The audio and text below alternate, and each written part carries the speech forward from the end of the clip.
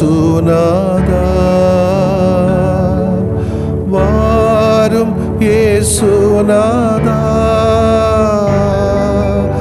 எந்தன் இதயம் தேடிடும் அன்பே நீ வாரும் இயேசுநாதா வாரும் இறைவனே வாரும் இறைவனே எந்தன் இதயம் தேடிடும் அன்பே நீ வாரும் இறைவனே வாரும் இறையாவியே வாரும் இறையாவியே எந்தன் இதயம் தேடிடும் அன்பே நீ வாரும் இறையாவியே. மன்னியுங்கள், மன்னிப்பு பெறுவீர்கள்.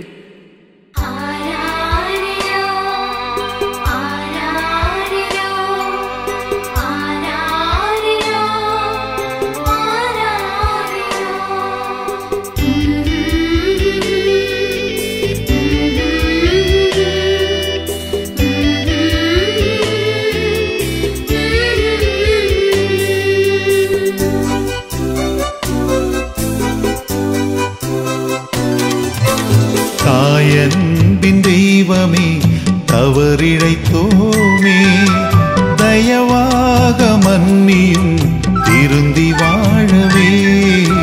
தாயன்பின் தெய்வமே தவறிழைத்தோமே தயவாக மன்னியும் திருந்தி வாழவே.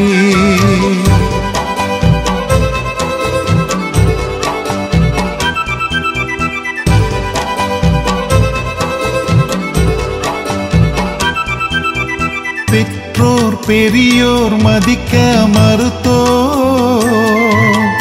உற்றார் நண்பர் உறவை அறுத்தோ.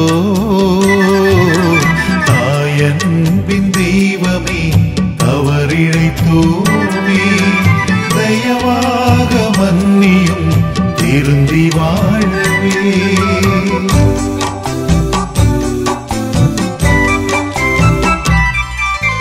கடமை களைந்து சோம்பி திரிந்தோ கடின உழைப்பில் கவனம் துறந்தோ. தாயன்பின் தெய்வமே தவறிழைத்தோமே தயவாக மன்னியும் திருந்தி வாழவே.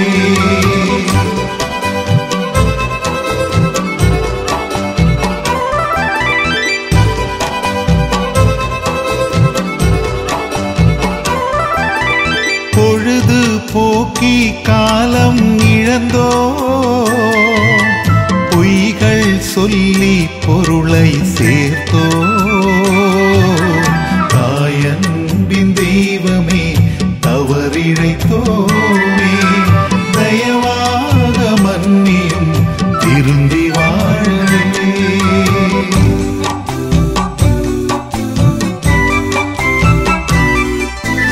தேவை கண்டு உதவ மறுத்தோ தேடி வந்த வாய்ப்பை வெறுத்தோ. தாயன்பின் தெய்வமே தவறிழைத்தோமே தயவாக மன்னியும் திருந்தி வாழவே.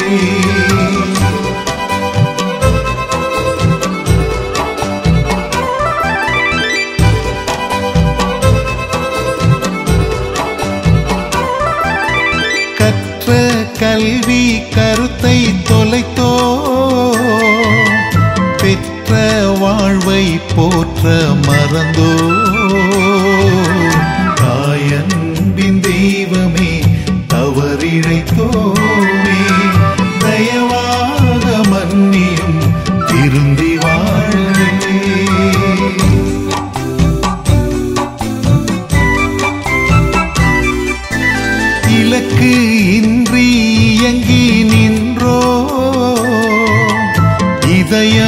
இறுகி இறையை வெறுத்தோ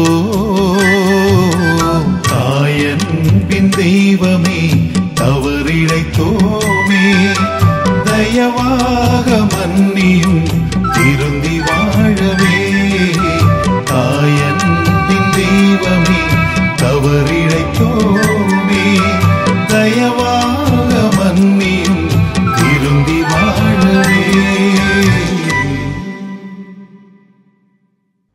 மத்தேயு எழுதிய நற்செய்தி அலகு 18 இறை சொற்றொடர்கள் 21 முதல் அதிகாரம் 19 இறை சொற்றொடர் 1 வரை. அக்காலத்தில் பேதுரு இயேசுவை அணுகி, ஆண்டவரே, என் சகோதரர் சகோதரிகள் ஒருவர் எனக்கு எதிராக பாவம் செய்து வந்தால் நான் எத்தனை முறை அவரை மன்னிக்க வேண்டும்? 7 முறை மட்டுமா என கேட்டார். அதற்கு இயேசு அவரிடம் கூறியது, 7 முறை மட்டுமல்ல, 70 தடவை 7 முறை என நான் உனக்கு சொல்கிறேன். விண்ணரசை பின்வரும் நிகழ்ச்சிக்கு ஒப்பிடலாம். ஒரு அரசர் தம் பணியாளரிடம் கணக்கு கேட்க விரும்பினார். அவர் கணக்கு பார்க்க தொடங்கிய பொழுது அவரிடம் 10,000 தாலந்து கடன்பட்ட ஒருவனை கொண்டு வந்தனர். அவன் பணத்தை திருப்பி கொடுக்க இயலாத நிலையில் இருந்தான். தலைவரோ அவனையும் அவன் மனைவி மக்களோடு அவனுக்குரிய உடைமைகள் யாவற்றையும் விற்று பணத்தை திருப்பி அடைக்க ஆணையிட்டார். உடனே அப்பணியாள் அவர் காலில் விழுந்து பணிந்து, என்னை பொறுத்தருள்க, எல்லாவற்றையும் திருப்பி உமக்கு தந்து விடுகிறேன் என்றார். அப்பணியாளின் தலைவன் பரிவு கொண்டு அவனை விடுவித்து அவனது கடன் முழுவதையும் தள்ளுபடி செய்தார். ஆனால் அப்பணியாள் வெளியே சென்றதும் தன்னிடம் 100 தினாரியம் கடன் பெற்றிருந்த உடன்பணியாளர் ஒருவரை கண்டு, நீ பட்ட கடனை திருப்பி தா என கூறி அவரை பிடித்து கழுத்தை நெரித்தான். உடனே அவருடைய உடன்பணியாளர் காலில் விழுந்து, என்னை பொறுத்தருள்க, நான் திருப்பி கொடுத்து விடுகிறேன் என்று அவனை கெஞ்சி கேட்டார். ஆனால் அவன் அதற்கு இசையாது கடனை திருப்பி அடைக்கும் வரை அவனை சிறையில் அடைத்தான். அவருடைய உடன்பணியாளர்கள் நடந்து கண்டபோது மிகவும் வருந்தி தலைவரிடம் போய் நடந்தவற்றை எல்லாம் விளக்கி கூறினார்கள். அப்போது தலைவர் அவனை வரவழைத்து, பொல்லாதவனே, நீ என்னை வேண்டிக் கொண்டதால் அந்த கடன் முழுவதையும் உனக்கு தள்ளுபடி செய்தேன். நான் உனக்கு இரக்கம் காட்டியது போல நீயும் உன் உடன்படியாளருக்கு இரக்கம் காட்டியிருக்க வேண்டும் அல்லவா என்று கேட்டார். அத்தலைவர் சினங்கொண்டவராய் அனைத்து கடனையும் அவன் அடைக்கும் வரை அவனை வதைப்போரிடம் ஒப்படைத்தார். உங்கள் ஒவ்வொருவரும் தன் சகோதர சகோதரிகளை மனமாற மன்னிக்காவிட்டால் விண்ணுலகில் இருக்கும் என் தந்தையும் உங்களை மன்னிக்க மாட்டார். இயேசு எவ்வாறு உரையாற்றி முடித்த பின்பு கலிலேயா விட்டு அகன்று யோர்தானுக்கு அப்பால் உள்ள யூதேயா பகுதிகளுக்கு சென்றார். ஆண்டவரின் அருள்வாக்கு. இறைவா உமக்கு நன்றி. பேதுரு இயேசுவை அணுகி, ஆண்டவரே, என் சகோதர சகோதரிகள் ஒருவர் எனக்கு எதிராக பாவம் செய்து வந்தார். நான் எத்தனை முறை அவரை மன்னிக்க வேண்டும்? 7 முறை மட்டுமா என கேட்டார்.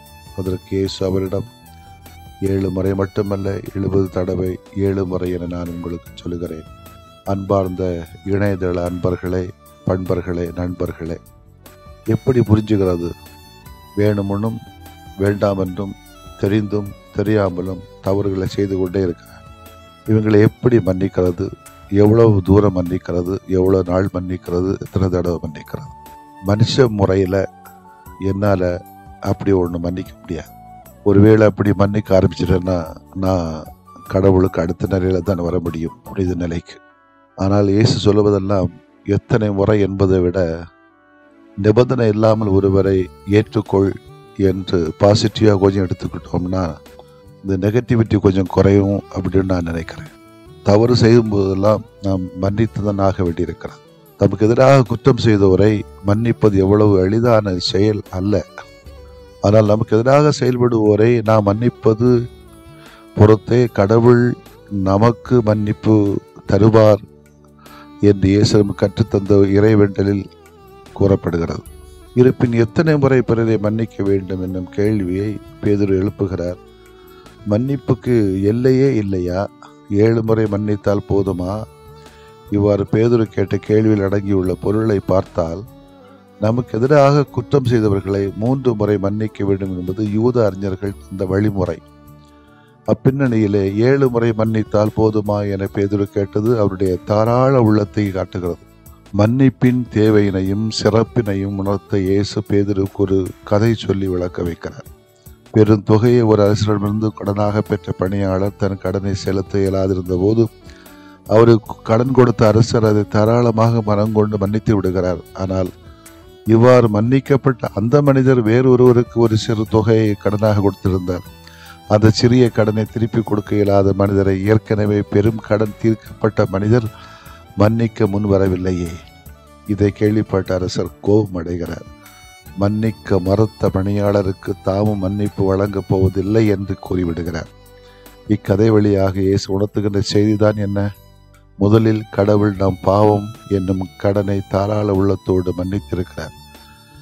எனவே நாமும் நமக்கு எதிராக குற்றம் செய்யும் மனிதரை மனதார தாராளமாக மன்னிக்க கற்றுக்கொள்ள வேண்டும்.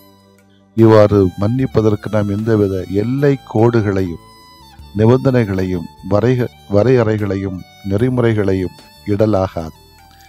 எத்தனை தடவை மன்னிப்பது என்று கேட்பதே பொருத்தமற்றது. ஏனென்றால் கடவுள் நம் பாவங்களை எத்தனை முறை மன்னிப்பது என்று கேட்பதில்லை. மாறாக அவர் தம் பாவங்களை எப்போதுமே மன்னிக்கிறார். அதுபோல நாமும் நமக்கு எதிராக குற்றம் செய்வோரை எப்போதுமே மன்னிக்க வேண்டும்.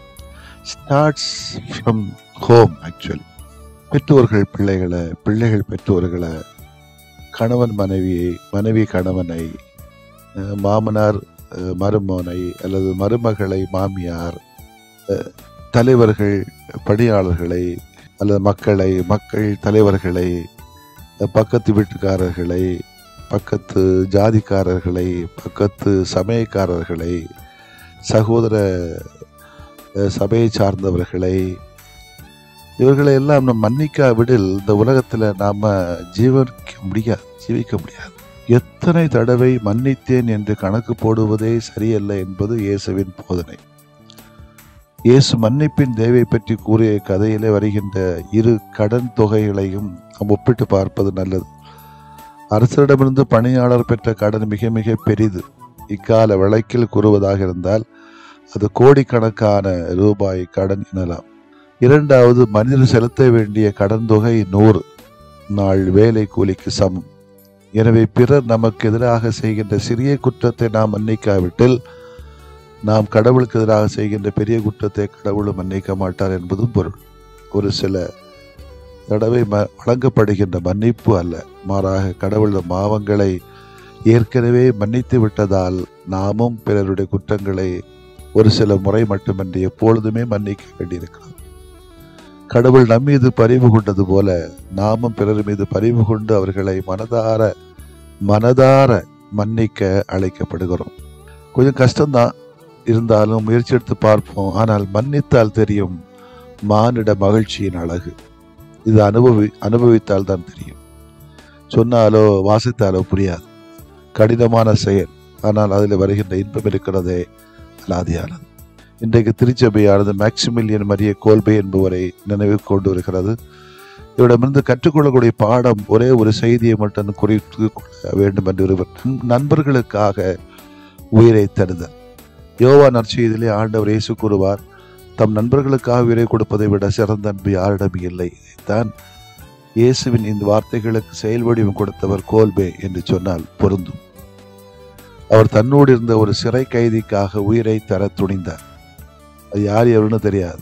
நாம் நம்மோடு வாழக்கூடிய மக்களுக்காக உயிரை தர முன்வராவிட்டால் அவர்களுக்காக துணிகிறோமா என சிந்தித்து பார்க்க வேண்டும். ஆனால் பல நேரங்களில் நாம் என்னுடைய குடும்பம், என்னுடைய இனம், என்னுடைய மதம் என்ற குறுகிய வட்டத்திலே வாழ்ந்து இறந்து போய்விடுகிறோம். ஆண்டவர் இயேசு எல்லாரும் வாழ்வு பெற தன்னுடைய உயிரை தர முன் வந்தார். அவரை போன்று நாமும் பிறருக்காக நம்முடைய உயிரை தர முன்வரும் போது நாமும் கிறிஸ்தவர்கள் என்று சொல்லிக் கொள்வதிலே பெருமை கொள்ளலாம். ஒரு முறை ஒரு பிரபலமான பள்ளிக்கூடத்தில் இருந்த மாணவர்கள் பள்ளி முடித்து வீட்டுக்கு திரும்பி கொண்டிருந்தார்களாம். அப்பொழுது பெரிய திடகாத்திரமான மாணவன் ஒருவன் மிகவும் மெலிந்த தேகமுடைய மாணவர் ஒருவனை அடி என அடித்துக் கொண்டிருந்தான். இதை பார்த்த கூட்டம் கூடியதை ஒழிய யாருமே சண்டையை விலக்கிவிட முன் வரவில்லை. பொதுவாக அப்படித்தானே நம்ம செய்வோம், வாபாக்கிறதான கூடுவோம். அப்போது அங்கு வந்த ஒரு மாணவன் உடல் கட்டான மாணவனை பார்த்து, தயவு செய்து இந்த மாணவனை அடிக்க வேணாம், விட்டுவிடு. ஒருவேளை நீங்கள் அடிக்க வேண்டும் என்று நினைத்தாலும் அதற்கு என்னை அடியுங்கள், நான் அவ்வளவு அடியை வேண்டுமானாலும் பொறுத்து கொள்கிறேன், அவனை விட்டுவிடுங்கள், அவன் மட்டும் அடிக்க வேண்டாம் என்று கெஞ்சி கேட்டானாம்.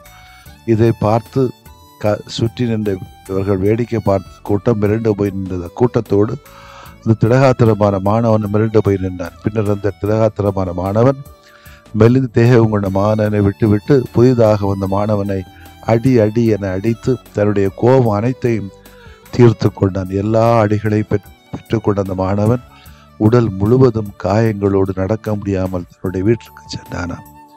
இப்படி இன்னொரு மாணவனுக்காக தன்மேல் அடிகளை வாங்கி கொண்ட மாணவன் வேற யாருமல்ல, பின்னாளிலே ஆங்கில இலக்கியத்திலே மிகப்பெரிய கவிஞராக மாறிய லார்ட் பைரோன் என்பவர்தான்.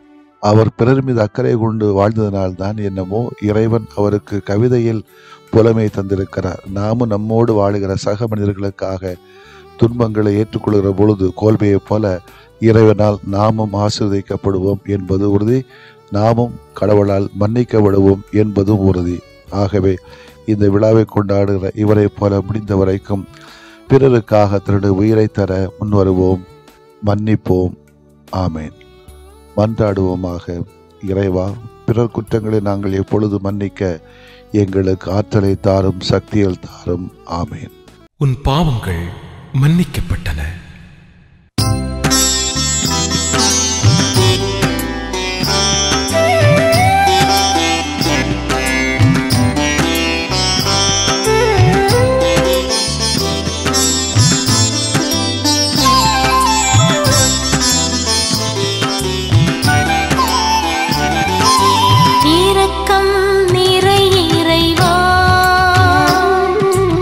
இறங்கி எமை மன்னியும்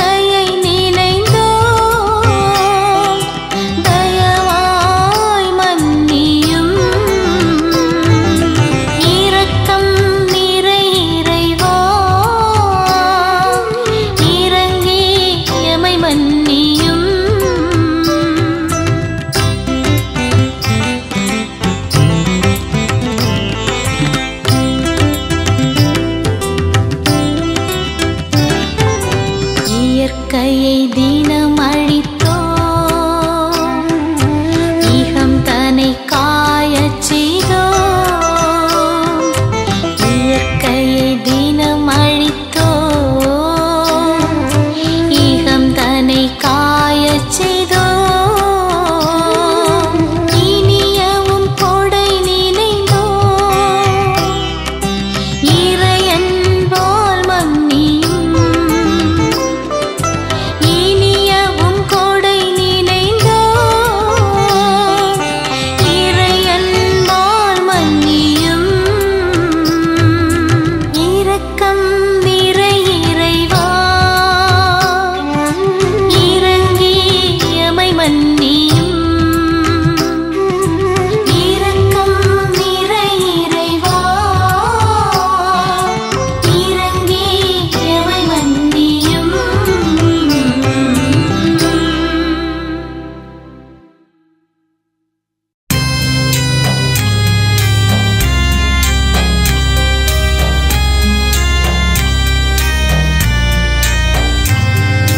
மாண்புயரிவருள்ளடையாளத்தை தாழ்ந்து பணிந்து ஆராதிப்போம். பழைய நியம முறைகள் அனைத்தும் இனி மறைந்து முடிவு பெறுக. புதிய நியம முறைகள் வருக.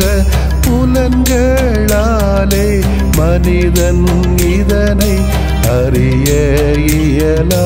குறைகள் நீக்க நம்பிக்கையின் உதவி பெறுக.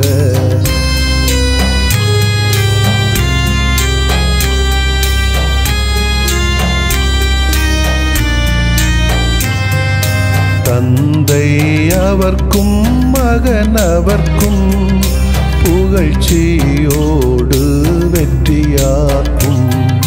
மீட்பின் பெருமை மாட்சிமையோடு வலிமை வாழ்த்து யாவுமாக.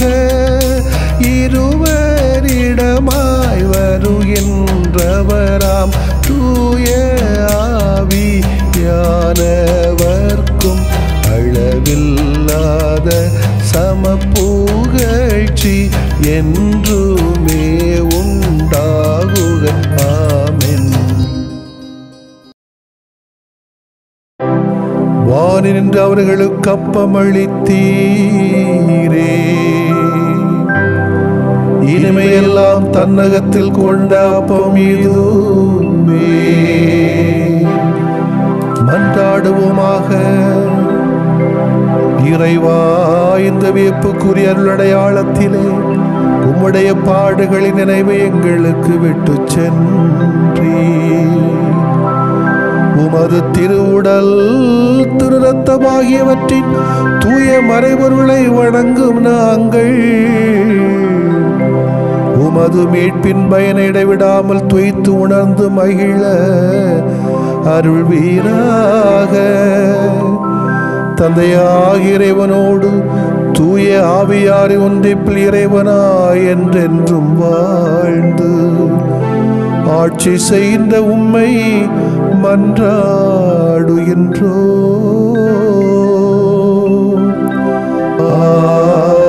ஆமென்.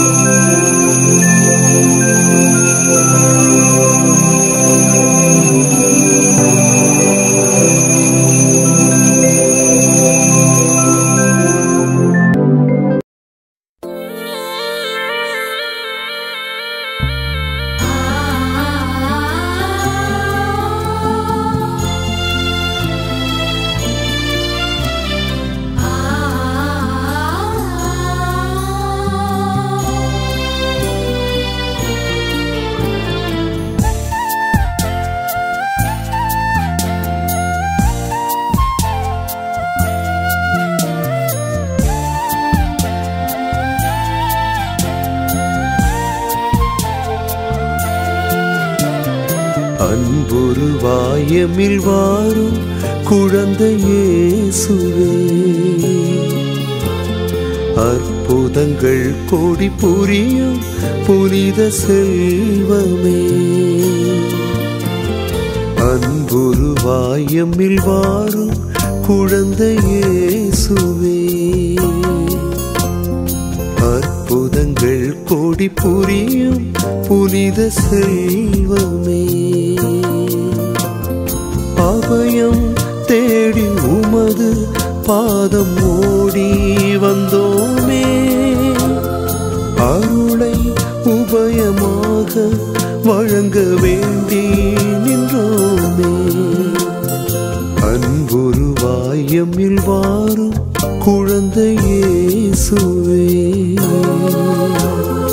அற்புதங்கள் கோடி புரியும் புனித செல்வமே.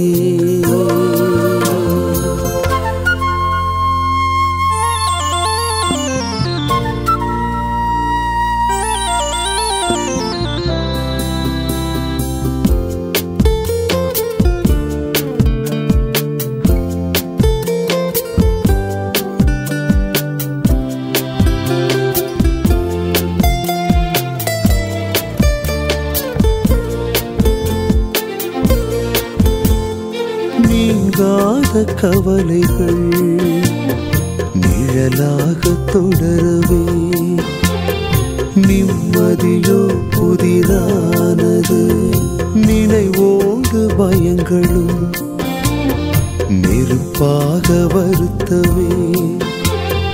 நிகழ்காலம் எதிரானது, நீர் எங்கள் நெஞ்சத்தின் நல் நம்பிக்கை, நீர்தாமே என்றென்றும் எங்கள் துணை.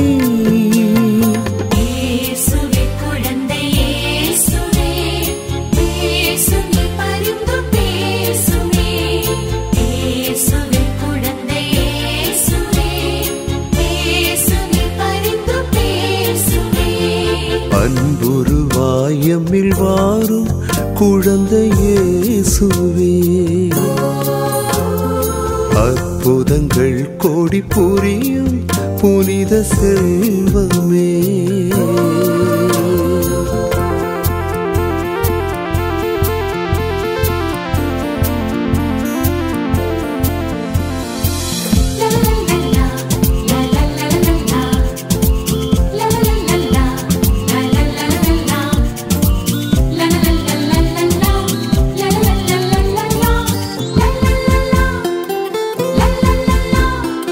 உறவென்று வாழ்பவர், உடன் வாழ வந்தவர், உதறிடவே உயிர் வாடுது.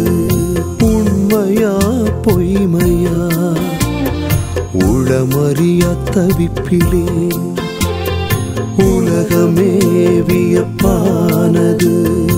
உதவிடும் அருள் எம் வழி, உயிர் தரும் மொழி எம் மொழி.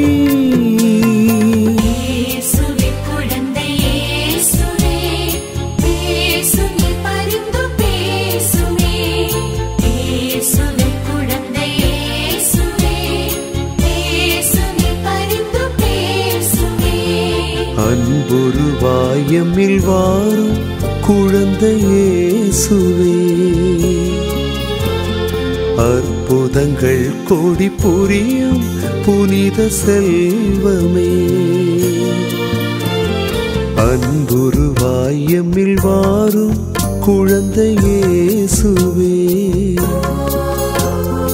அற்புதங்கள் கோடி புரியும் புனித செல்வமே. அபயம் தேடி உமது பாதம் ஓடி வந்தோமே, அருளை உபயமாக வழங்க வேண்டி நின்றோமே. அன்புருவாயமில் வாரும் குழந்தை இயேசுவே,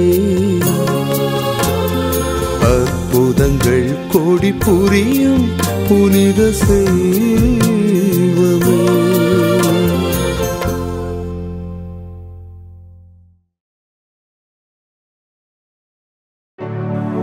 நிலையான புகழுக்குரிய தூய இறை நன்மைக்கு எல்லா காலமும் தொழுகையும் புகழும் போற்றியும் ஆட்சிமையும் உண்டாக கடவது. போற்றியும் ஆட்சிமையும் உண்டாக கடவது. தந்தை, மகன், தூய ஆவியாரின் பெயராலே ஆமென்.